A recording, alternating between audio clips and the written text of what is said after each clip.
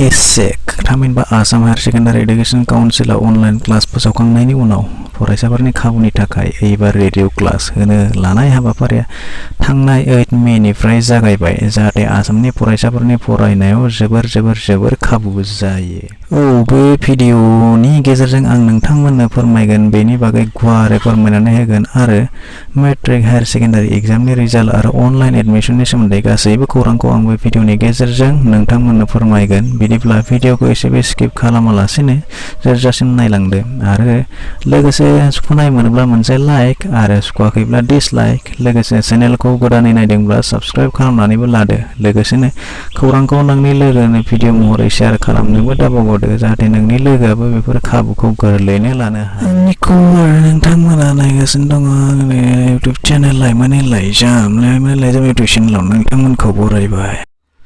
लकडाउनआव फरायसाफोरनि फरायनाय बिथिंखौ नायनानै आसाम सरकारा गोख्रों नोजोर फोरादों जाहाथे फरायसाफोरनि फरायनाय बिथिङा ओरैनो थाङा।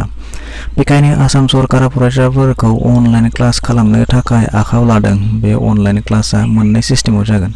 मोनसेया भिडिअ बेसिसआव अर्थात इउटुबाव आरो मोनसेया अडिअ अर्थात रेडिअआव।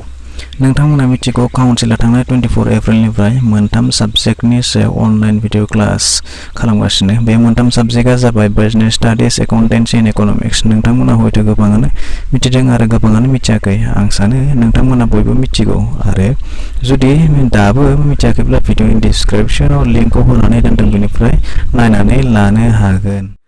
बेनिनो दा आरो मोनब्रै साबजेक्टखौ बानायनानै होबावबाय। बे मोनब्रै साबजेक्टआ जाबाय मेथ्स, फिजिक्स, केमिस्ट्रि, इंलिश। दा बे गासै मोनस्नि साबजेक्टनि क्लासआ माला जागोन आरो बेनि शेड्युलखौ आं नोंथांमोननो स्क्रिनाव दिन्थिनानै होनि।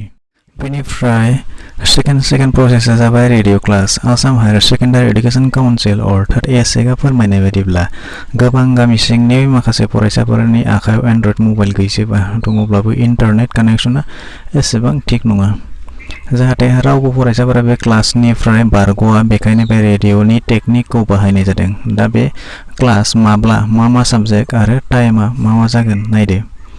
बे रेडिअ क्लासआ थांनाय 8 मेनिफ्राय स्टार्ट जादों। साबजेक्टआ गोजौनि मोनस्नि होखानाय साबजेक्टआवनो थागोन।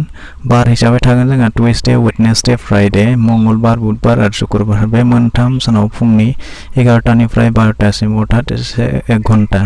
चेनेलआ जाबाय अल इन्डिया रेडिअ। फैदो रिजाल्ट। नोंथांमोना जानांगौ सानगासिनो जे मेट्रिक रिजाल्ट माब्ला होगोन आरो सोरबाया सानदों हायार सेकेन्डारि रिजाल्ट माब्ला होगोन। बिदिब्ला दिनै आं नोंथांमोननो फोरमायनानै होनि।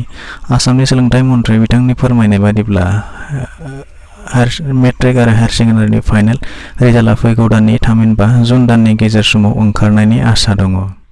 फारसेथिं जायफोर फरायसाफोरा OCS फार्स्ट इयारमोन बिथांमोनखौ OCS सेकेन्ड इयारसिम प्रम'सन खालामनायनि बाथ्राबो मन्थ्रि बिथाङा फोरमायनानै होदों। बाथ्रा लकडाउनआ जुदि सोलिबाय थायो अब्ला जायफोर फरायसा बिथांमोना मेट्रिकनिफ्राय हायार सेकेन्डारिआव आरो जायफोर OCS निफ्राय डिग्रिआव एडमिसन लागोन बेफोर गासै एडमिसन प्रसेसआ अनलाइन जाजोबनायनि सम्भावना दङ। गंफ्रोम कलेजावनो गावबागाव वेबसाइट थागोन आरो बेयावहाय एडमिसन जागोन। आसामनि सोलोंथाइ मन्थ्रिनि फोरमायनाय बादिब्ला गासै एडमिसनानो फ्रि जागोन, हमनानै ला जायफोर कलेजफ्रानोखि सरखारि। आइ होप नोंथांमोना गासैखौबो बुजिबाय जानांगौ। थेवबो जुदि माबाफोर डाउट दंब्ला कमेन्ट सेक्सनाव सोंनो हागोन। बिदिब्ला मोनसे लाइक आरो साबस्क्राइब खालामालासे मानो हगारनो, लोगोसे नोंथांनि लोगोआबो बाथ्राखौ मिथिथोंसै बेनि थाखाय शेयार बाटोनखौ थुनानै होदो।